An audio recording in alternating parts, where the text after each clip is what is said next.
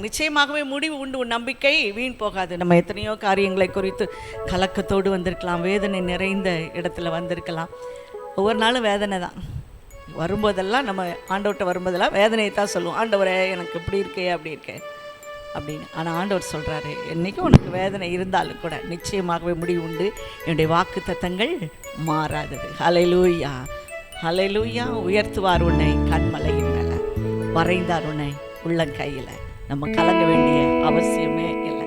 சொல்லுவோமா?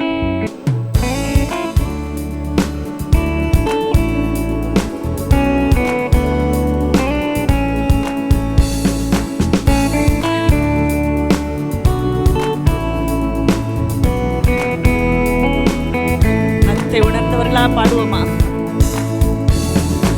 உயர்த்துவார் உன்னை கண்மாலை மேலே, வரைந்தார் உன்னை உள்ளங்கரத்தில். உயர்த்துவார் உன்னை கண்மாலை மேலே, வரைந்தார் உன்னை உள்ளங்கரத்தில். உயர்த்துவார், உயர்த்துவார் கண்மாலையின் மேலே, வரைந்தாரே, வரைந்தாரே உள்ளங்கரத்தினிலே. உயர்த்துவார், உயர்த்துவார் கண்மாலையின் மேலே, வரைந்தாரே, வரைந்தாரே உள்ளங்கரத்தினிலே. கொஞ்சத்தில் நீ உண்மையாக இருந்தால் போதுமே, கொஞ்சத்தில் நீ உண்மையாக இருந்தால் போதுமே, அநேகத்தில் உன்னை அதிபதியாய் தேவன் மாற்றிடுவார். அநேகத்தில் உன்னை அதிபதியாய் தேவன் மாற்றிடுவார். உயர்த்துவார், உயர்த்துவார் கண்மலையின் மேலே, வரைந்தாரே, வரைந்தாரே உள்ளங்கரத்தினிலே. ஏற்ற காலத்தில் உயர்த்தும் படிக்கு கரத்தில் அடங்கியிருப்போம். ஏற்ற காலத்தில் உயர்த்தும் படிக்கு கரத்தில் அடங்கியிருப்போம். நிச்சயமாகவே முடிவு உண்டு, உன் நம்பிக்கை வீண் போகாது. நிச்சயமாகவே முடிவு உண்டு, உன் நம்பிக்கை வீண் போகாது. உயர்த்துவார், உயர்த்துவார் கண்மலையின் மேலே, வரைந்தாரே, வரைந்தாரே உள்ளங்கரத்தினிலே. கர்த்தரின் வேலைகளில் கவனமாய் நடந்தால் மேன்மை தேடி வரும். கர்த்தரின் வேலைகளில் கவனமாய் நடந்தால் மேன்மை தேடி வரும். உனது இதயம் மச்சயம் அடைந்து மகிழ்ச்சியால் நிறையும். உனது இதயம் மச்சயம் அடைந்து மகிழ்ச்சியால் நிறையும். உயர்த்துவார், உயர்த்துவார் கண்மலையின் மேலே, வரைந்தாரே, வரைந்தாரே உள்ளங்கரத்தினிலே. உயர்த்துவார், உயர்த்துவார் கண்மலையின் மேலே, வரைந்தாரே, வரைந்தாரே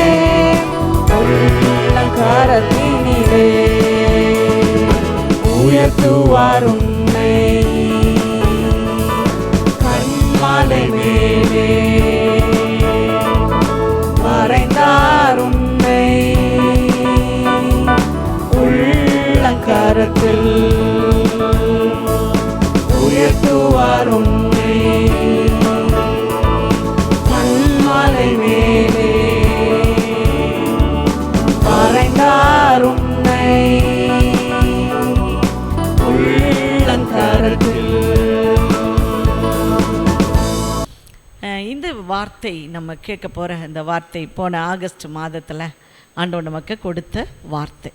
அந்த வார்த்தை எனக்கு வருகிற பொழுது நான் அதை பாடல் மூலமாய் பாடிக்கொண்டே இருந்தேன். பல நேரம் அந்த வார்த்தையை ஒவ்வொரு நேரமும் நான் சொல்லிக்கொண்டே இருந்தேன்.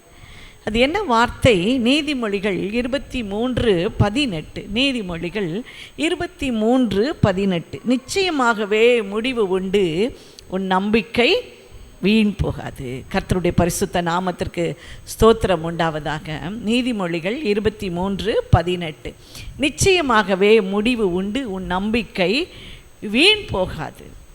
நான் சொன்ன போல் நம்பிக்கை அநேக நேரத்தில் நம்ம அற்று போயிடுவோம்.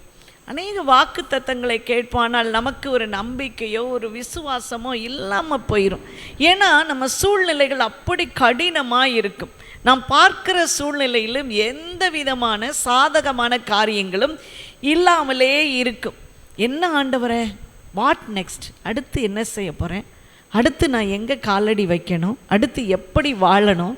ஒன்றுமே தெரியாது. கண்ணை கட்டி காட்டில் விட்டது போல இருக்கும். ஆனால் வேதம் நமக்கு சொல்லுகிறது, நிச்சயமாக முடிவு உண்டு, உன் நம்பிக்கை வீண் போகாது. எல்லாருமே நல்ல நம்பிக்கை கொண்டவர்களாக இருப்போம். எப்படியாவது எனக்கு இந்த காரியம் நடந்தணும், எப்படியாவது இந்த வேலை கிடச்சிடணும், எப்படியாவது இந்த ப்ரமோஷன் கிடச்சிடணும், எப்படியாவது இந்த படிப்பு கிடச்சிடணும், எப்படியாவது எனக்கு குழந்தை கிடச்சிடணும். இப்படி எப்படியாவது நமக்கு ஒரு காரியம் நிறைவேறி விட வேண்டும் என்று சொல்லி நம் ஒவ்வொருவருக்கும் ஒரு எதிர்பார்ப்பு இருக்கும். ஆனால் நம்பிக்கை அற்றவர்களாக காணப்படுவோம்.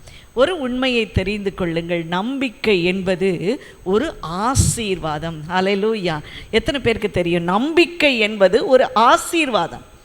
நானும் கூட இதுக்கு மெசேஜ் ப்ரிப்பேர் பண்ணும்போது தான் எனக்கு தெரிஞ்சது, நம்பிக்கை ஒரு ஆசீர்வாதம். குழந்தை பேர் ஆசீர்வாதம், திருமண காரியம் ஆசீர்வாதம், கடன் இல்லாதது ஆசீர்வாதம், பொருளாதார தேவைகள் சந்திக்கப்படுவது ஆசீர்வாதம். நம்பிக்கை ஒரு ஆசீர்வாதம்.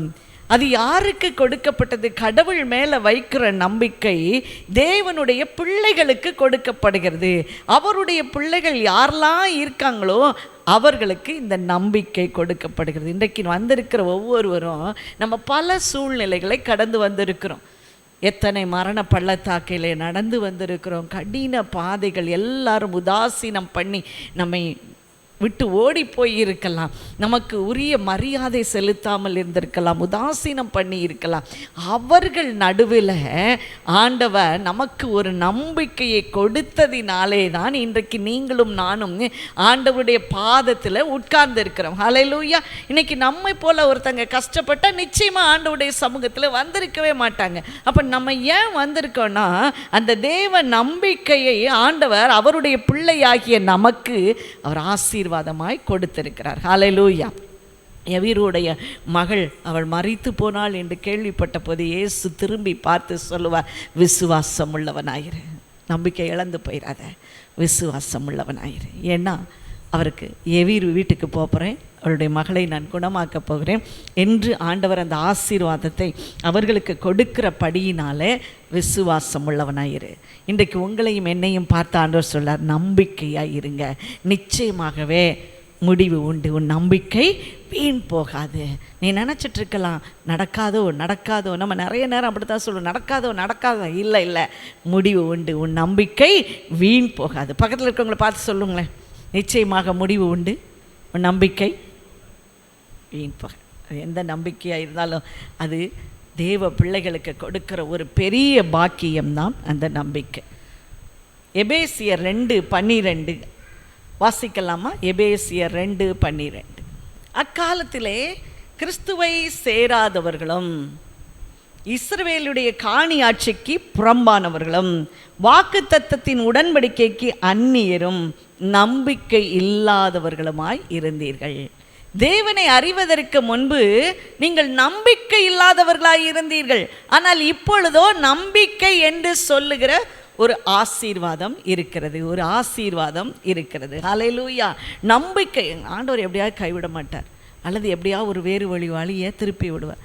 எல்லாருடைய கடந்து வர பாதையை பார்த்திங்கன்னா ஒரு நிச்சயமற்ற வாழ்க்கையை நாம் ஓடிக்கொண்டு இருக்கிறோம்.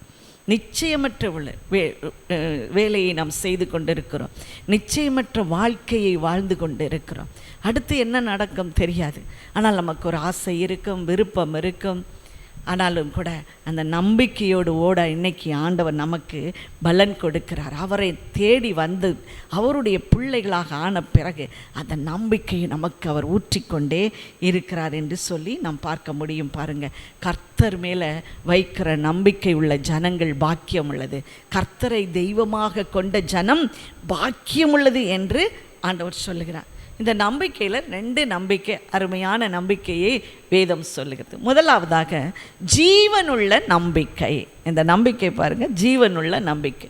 1 பேதுரு 1ஆம் அதிகாரம் 4ஆம் வசனம். அவர் இயேசு கிறிஸ்து மரித்தோரிலிருந்து எழுந்ததினாலே அழியாததும் மாசற்றதும் வாடாததுமாகிய சுதந்திரத்துக்கு ஏதுவாகிய ஜீவனுள்ள நம்பிக்கை. அப்படின்னா என்ன தெரியுமா? உயிர் உள்ள நம்பிக்கை. அந்த நம்பிக்கை உயிரோட்டமாகவே இருக்கிறது. ஹல்லேலூயா. ஜீவனுள்ள நம்பிக்கை. அந்த நம்பிக்கைக்குள்ள ஒரு ஜீவன், அது செத்து போகலை. அந்த நம்பிக்கை சாகாமல் இன்றும் இருக்கிறது. அந்த நம்பிக்கை சாகாமல் இருக்கிறது. எப்படி பாருங்கள், என்னுடைய 15வது வயதில் ஆண்டவர் சொன்னார், உனக்கு ஒரு குழந்தையை நான் தருவேன், ஒரு ஆண் குழந்தையை தருவேன் என்று. என்னுடைய 17வது வயதில் ஆண்டவர் சொன்னார், நீ பிள்ளையற்றவளாக இருப்பார். எவ்வளோ கான்ட்ரவர்சி. ஆனால் எனக்கு தெரியும் ஆண்டவர் என்னை சில காலம் அப்படி அனுமதிப்பார் என்று. பாருங்கள், ஜீவனுள்ள நம்பிக்கை. ஆனால் அந்த நம்பிக்கையை ஊற்றிக்கொண்டே இருப்பார். ஒவ்வொரு பிரச்சனைகள் வரும்போதும் ஆண்டவர் ஒவ்வொரு விதமான பாடுகளுக்குள்ளே நான் செல்லும் பொழுதும் ஆண்டவர் எனக்கு சொல்லுவார், அந்த ஜீவனுள்ள நம்பிக்கையை எனக்கு காத்து கொள்ளும்படியாகவே செய்தார். பிரியமானவர்களை, அப்படித்தான் ஆண்டவர் மேலே வைக்கிற நம்பிக்கை அது நீரோட்டம், அது ஜீவன் ஓட்டத்தோடு இருக்கும். என்றைக்கும் அது நம்முடைய உள்ளத்தை விட்டு அது மாறவே மாறாது. ஆண்டவர் இதை சொன்னார் என்று சொல்லி நமக்குள்ளே அந்த நம்பிக்கை ஜீவனோடு செத்து போகாமல் ஜீவனோடு இருக்கும். 2வது நம்பிக்கையை பாருங்க, கொலோசையர் 1ஆம் அதிகாரம் 27ஆம் வசனம். கொலோசையர் 1ஆம் அதிகாரம் 27ஆம் வசனம். ஹல்லேலூயா. மகிமையின் நம்பிக்கை. முதல்ல பார்த்தா என்னது? ஜீவனுள்ள நம்பிக்கை. 2வது மகிமையின் நம்பிக்கை. அந்த நம்பிக்கை மகிமைப்படு, குளோரியஸான ஒரு விசுவாசம், ஒரு நம்பிக்கை, வாடாத நம்பிக்கை. அதுதான் மகிமையின் நம்பிக்கை. அது ஒரு நாளும் வாடி உதிர்ந்து போகிற நம்பிக்கை அல்ல. அவ்வளோதான், என் நம்பிக்கையெல்லாம் முடிஞ்சிருச்சு அப்படின்னு சொல்கிற உதிர்ந்து போகிற நம்பிக்கை அல்ல, வாடாத நம்பிக்கை. அதுதான் மகிமையின் நம்பிக்கை, ஜீவனுள்ள நம்பிக்கை. நம்ம எதை நம்பிக்கொண்டு இருக்கிறோமோ அது நமக்குள்ளே ஜீவனோடு இருக்கும். இயேசு வருகிறார் அப்படின்னு சொல்லுகிற நம்பிக்கை நமக்குள்ள ஜீவனோடையே இருக்கும். அது எப்போ ஆண்டவர் வரப்போகிறார், ஆண்டவர் வருவார், என்னை சந்திப்பார், நான் ஆண்டவரோடு கூட பரலோகத்தில் இருப்பேன் என்று சொல்லுகிற ஜீவனுள்ள நம்பிக்கை, அந்த மகிமையின் நம்பிக்கை, அது ஒரு வாடாத நம்பிக்கையாக இருக்கும். பாருங்கள், அதுதான் பவுல் சொல்லுகிறான், நான் மரணம் நேரிடுவதாக இருந்தாலும் அந்த நம்பிக்கையும் கூட இருக்கு. அந்த நம்பிக்கை எனக்கு இருக்கு. இன்றைக்கி நம்பிக்கை தான் நம்ம வாழ்க்கையின் ஆதாரம் அப்படின்னு மற்றவங்கெல்லாம் சொல்லுவாங்க. நம்பிக்கை தான் உன் வாழ்க்கையில் ஆதாரம். நாளைக்கு உயிரோடு இருப்பேன் நம்பினா தான் நம்ம வாழுவோம் அப்படிலாம் நமக்கு சொல்லி கொடுப்பாங்க. ஆனால் ஆண்டவர் சொல்கிறாரு, அவர் மேலே வைக்கிற நம்பிக்கை உனக்கு நிச்சயமான ஒரு முடிவை கொண்டு வரும். அவர் மேலே வைக்கிற நம்பிக்கை நிச்சயமாக ஒரு நல்ல முடிவை கொண்டு வரும். எரேமியாவில் சொல்லப்பட்டிருக்கும், நீங்கள் எதிர்பார்த்திருக்கிற நல்ல முடிவை நான் கொடுக்க அறிந்திருக்கிறேன். நீங்கள் எதிர்பார்த்திருக்கிற நல்ல முடிவு. நம்ம சில நினைப்போம், நான் செத்து போனால் நல்லாயிருக்கும், உடனே ஆண்டவர் சாக வச்சுட்டாருன்னா அவர் நம்ம கொடுத்த முடிவு நல்ல முடிவா? இல்லவே இல்லை. நான் உயிரோடு இருப்பேன், இந்த நோயிலிருந்து நான் வெளியே வருவேன், இந்த துக்கத்திலேருந்து வெளியே வருவேன். சில இழந்து போனவங்களுக்கு சில மரண வீடுகளில் பார்த்திங்கன்னா அவங்களோடு கூட 40 நாள் இருப்பதற்கு யாரையாவது உறவினர்கள் மாற்றி மாற்றி அந்த காலத்தில் ஆள் வைப்பாங்க. இப்போ அப்படிலாம் வைக்க முடியாது. ஏன்னா அவங்க துக்கத்தின் மிகுதியினால் அநேகர் தங்களுக்கு தாங்களே சூசைட் பண்ணிக்கொள்கிற ஒரு எண்ணம் அவர்களுக்குள்ளே வரும். ஆகவே அவர்களை கண்காணிப்பதற்காக, அவர்களுக்கு ஆறுதல் சொல்லுவதற்காக, அவளோடு கொஞ்சம் பேச்சு துணைக்கி இருப்பதற்காக அந்த காலத்தில் எல்லாரும் உறவினர்களை விட்டு வருவாங்க. பாருங்கள், ஏன்னா அந்த நம்பிக்கையை அவங்க இழந்து போயிடக்கூடாது. தங்களுடைய வாழ்க்கை நம்பிக்கையை, எனக்கே ஒன்றும் இல்லை, எனக்கு கணவர் இல்லை, என் பிள்ளை இல்லை, மனைவி இல்லை, இப்படின்னு சொல்லிட்டு அவர்கள் திடீரென்று வேறு விதமான விபரீத முடிவுகளை எடுத்து விடக்கூடாது என்று சொல்லி. ஆகவே அது ஒரு நல்ல முடிவு அல்ல. ஆனால் ஆண்டவர் சொல்கிறாரு, நீங்கள் எதிர்பார்த்துருக்கிற நல்ல முடிவை. சில விரக்தினால் நிறைய நேரம் நம்ம சொல்லணும், நான் செத்துட்டா நல்லாயிருக்கும், நான் செத்துட்டா நல்லாயிருக்கும், இப்படிலாம் சொல்லுவோம். செத்துட்டா அப்புறம் என்ன ஆகும், அந்த பிள்ளை என்ன ஆகும், இந்த பிள்ளை என்ன ஆகும், அப்புறம் கொஞ்சம் நேரம் கழித்து ஒரு ஞானம் வரும். அப்போ நம்ம நினச்ச மாதிரி உடனே செத்துட்டோம்னா என்ன நடக்கும் பாருங்கள். அதனால தான் அவர் சொல்லுகிறார், ஒரு நல்ல முடிவை, நீ எதிர்பார்த்துருக்கிற நல்ல முடிவை நான் உனக்கு கொடுக்க அறிந்திருக்கிறேன். சில நேரம் பார்த்திங்கன்னா நம்ம ஒன்று நினைப்போம், ஒரு பெரிய வீடு கட்டுவோம், பெருசாக எல்லாம் செய்வோம். அப்படின்னு பார்த்திங்கன்னா பெரிய வீடு கட்டுவதற்கு நமக்கு போதுமான பணம் இருக்காது. நம்ம நினைப்போம் கடனை வாங்கிடலாம். எல்லாம் கடனை வாங்கி வச்ச பிறகு வேலை போயிடுச்சின்னு வச்சுக்கோங்களேன், என்ன நடக்கும் பாருங்கள். வேலை போயிடுச்சுன்னா நம்ம கட்டின வீடெல்லாம் ஜப்தி ஆகி போயிடும். அதனால தான் ஆண்டவர் என்ன செய்கிறாரு, ஏற்ற சமயம் வர்ற வரைக்கும் அவருடைய பலத்த துருகத்திற்குள்ளே அடங்கி இருங்கள் என்று சொல்லுகிறார். இன்றைக்கி காலங்கள் அப்படி போயிட்டுருக்கு. ஐடியில் நிறைய சம்பாதிக்கிறாங்க, ஆனால் இந்த வேலை எது வரைக்கும் இருக்கும்? எல்லாம் கட்டியாச்சு, எல்லாம் இது பண்ணியாச்சு, எல்லாம் வாங்கியாச்சு, பெரிய செல்வ செழிப்பு. ஆனால் முடிவு எப்படி இருக்கும்? அந்த 20 வருஷம் அவங்களுக்கு கட்ட முடியுமா? இஎம்ஐ கட்ட முடியுமா? அதனால தான் ஆண்டவர் நமக்கு சொல்கிறார், நிச்சயமாக முடிவு உண்டு, நல்ல முடிவை அவர் நமக்கு கொடுக்க அறிந்திருக்க. இந்த மாதிரி கஷ்டங்கள் வரும்போது சாத்தான் அப்போ தான் வந்து நம்மளை ரொம்ப சோதிப்பான்.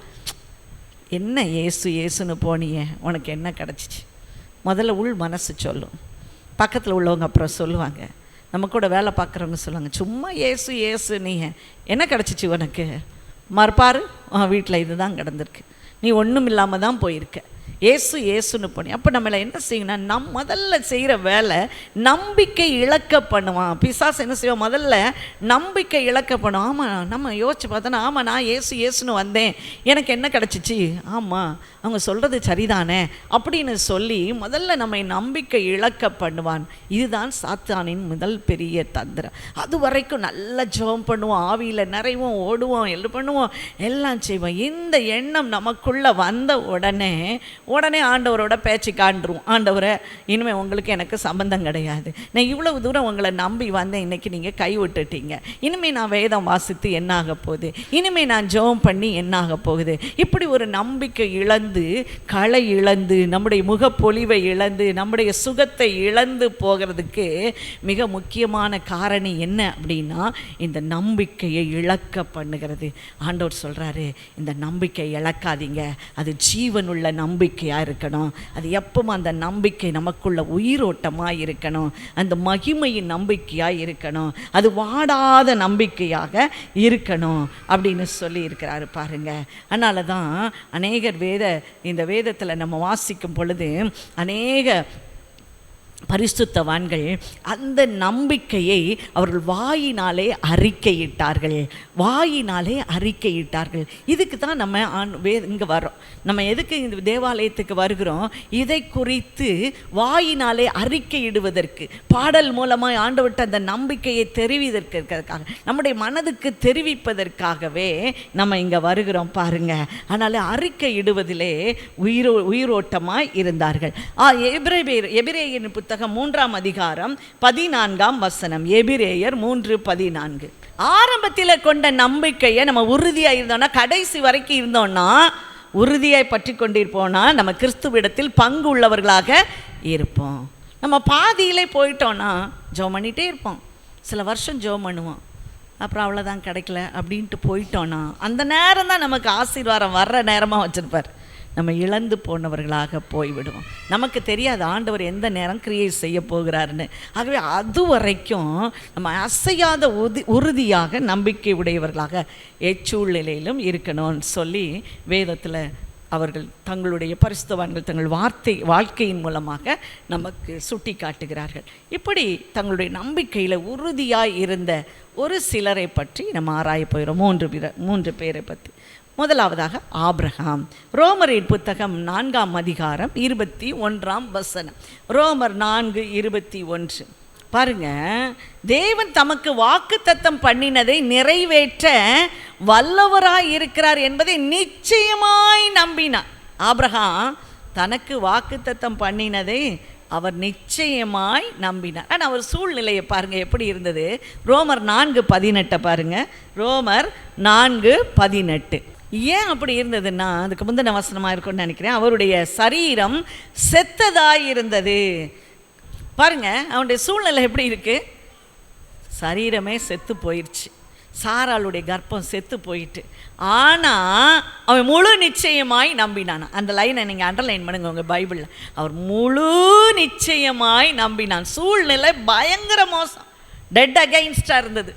ஆனால் அவர் முழு நிச்சயமாய் நம்பினார். கலாத்தியர் 4:14 சொல்லுகிறது, நாமும் அப்படிப்பட்ட ஒரு தைரியத்தை நாம் கொண்டிருக்க வேண்டும், நிச்சயத்தை கொண்டவர்களாய் இருக்க வேண்டும். பாருங்கள் கலாத்தியர் 4:14 பலவும் ஏற்றுக்கொண்டீர்கள். பவுல் அப்படி சொல்கிறான். என் சரீரத்தில் இருக்கிற ஒரு பலவீனத்தை நீங்கள் என்ன செய்யலாம், அசட்டையா எண்ணலை.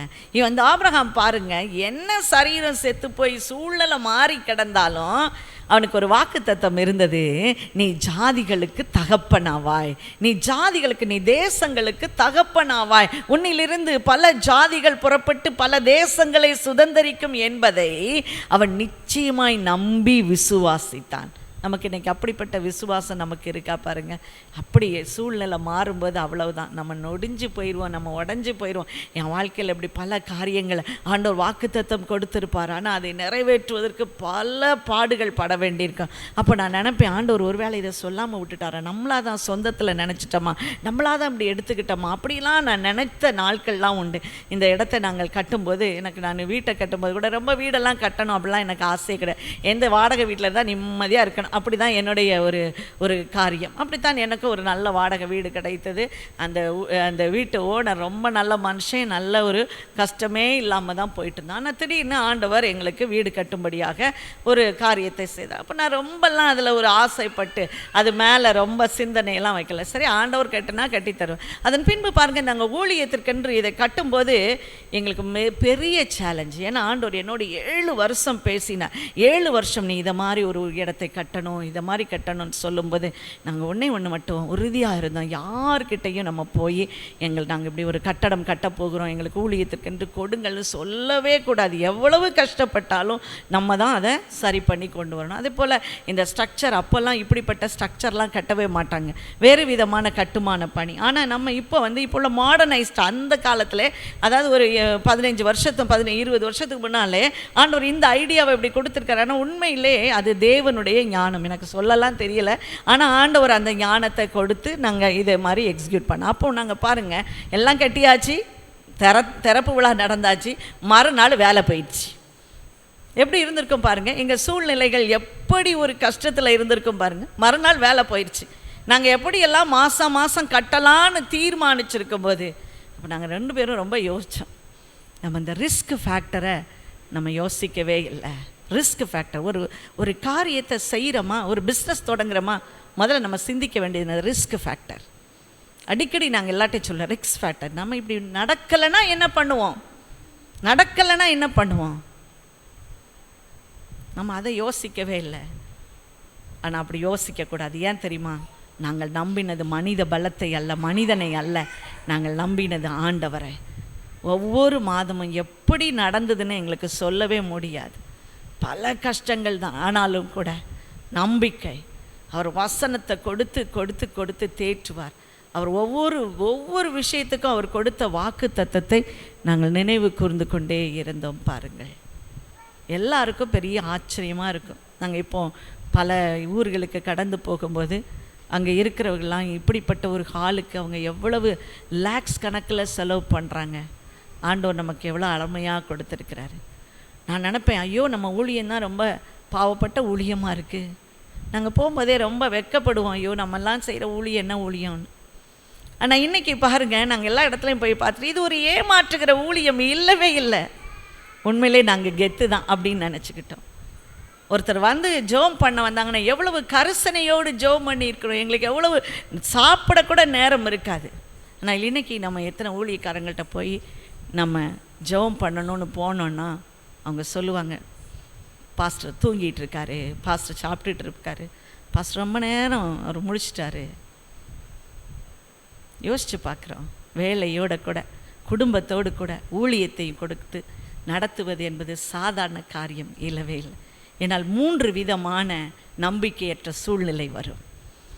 3 விதமான நம்பிக்கையற்ற சூழ்நிலை வரும். ஊழியத்தில் நம்பிக்கையற்ற சூழ்நிலை வரும், நம்பிக்கை இல்லாமல் போகிற சூழ்நிலை, குடும்பத்தில் நம்பிக்கை இல்லாமல் இருக்கிற சூழ்நிலை வரும், சுயத்திலே சரீரத்திலே நம்பிக்கை இல்லாத சூழ்நிலை வரும். இதையெல்லாம் தாங்கி கொண்டு ஆண்டவர் மேலே நம்பிக்கை வைத்து மற்றவர்களுக்கு அந்த நம்பிக்கையை கடத்துவது என்பது லேசான காரியம் இல்லவே இல்லை. பிரியமானவர்களே, ஏன் தெரியுமா? அவர் எங்களுக்கு கொடுத்த நம்பிக்கை ஜீவனுள்ள நம்பிக்கை. அது இன்றும் உயிரோடு இருக்கிற நம்பிக்கை. அது ஒரு மகிமையின் நம்பிக்கை. ஆபிரகாம் இப்படித்தான் அவன் விசுவாசிகளின் தகப்பனாய் மாறினான். 2வதாக பாருங்கள், 2 ராஜாக்கள் 18ஆம் அதிகாரம் 5ஆம் வசனம். 2 ராஜாக்கள் 18ஆம் அதிகாரம் 5ஆம் வசனம். எசேக்கியா ராஜாவை பற்றி ஒரு அருமையான சாட்சி பாருங்க.